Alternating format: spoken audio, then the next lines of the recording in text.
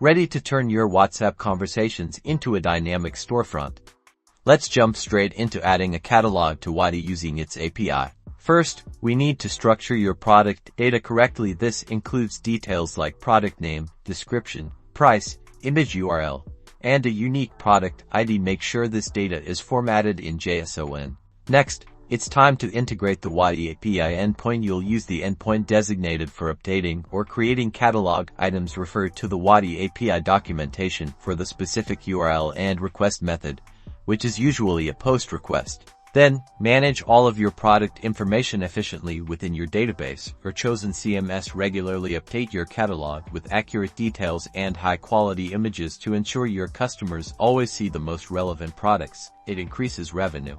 Confirm that the API call was successful by checking the response. A successful update will usually return HTTP status code to 100, along with a confirmation message. Congratulations! Your WhatsApp catalog is now live. It enables you to display products and their associated details. Leverage this to boost your conversions.